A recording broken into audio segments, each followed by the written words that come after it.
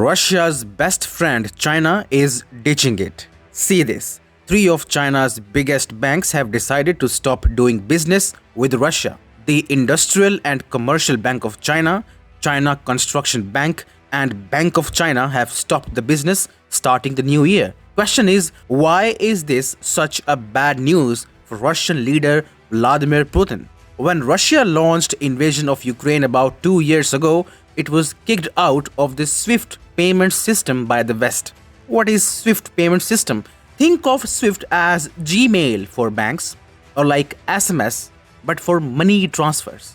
Without SWIFT, Russian banks were cut off from the rest of the world, as in they could not transact with global banks. And that was the gap filled by Chinese banks. Russia's removal from SWIFT was taken as a big opportunity by China to internationalize its yuan currency. China said, Russia, you can use my currency, my banks, to transfer money to your global partners.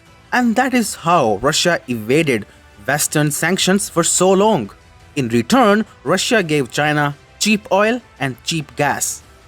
China purchased Russian oil and coal on the cheap, not only saving billions of dollars, but also making returns trading excess supplies.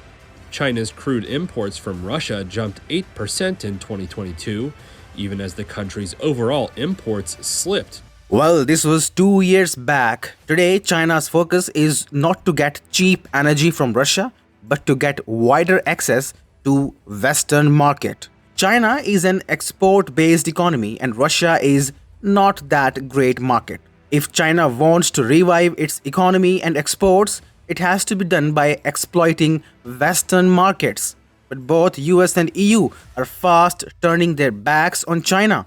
In February, the US threatened to put anti-dumping measures on China's electric vehicles, solar panels, and lithium-ion batteries. Also, the foreign direct investment or FDI in China is drying up. And a stark reality emerges for China's economy as foreign direct investment plunges to its lowest level in 3 decades. Amid pandemic woes and escalating trade tensions, global companies are pulling back, with FDI dropping by 82% in 2023. Inbound FDI in 2023 totaled $33 billion, an 82% drop from the year before. China knows that FDI won't come from Russia, but from the West. And that is why it has started distancing itself from Moscow. First, China's banks imposed restrictions on Russia, and few days back it kind of assured the West and Ukraine that it was not selling lethal weapons to Russia. This statement came after the fall of Avdiivka last week. China's Foreign Minister Wang Yi also downplayed their ties with Russia during a meeting with Ukraine's Foreign Minister. And not just that, China is also selling itself as a potential peace mediator between Russia and Ukraine. Chinese state media last week reported it was committed to peace in Ukraine. Thus, signal from China is very clear. It wants to dump Russia and re-engage with the West.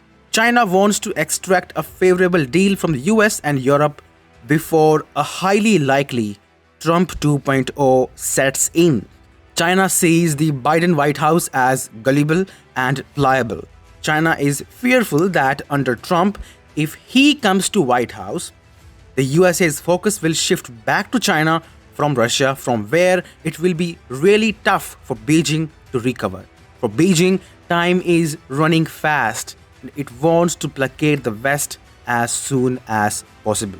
Let's see how the Biden White House navigates this Chinese trap. That's all for today. Thanks for watching. Subscribe to Outright for more such videos.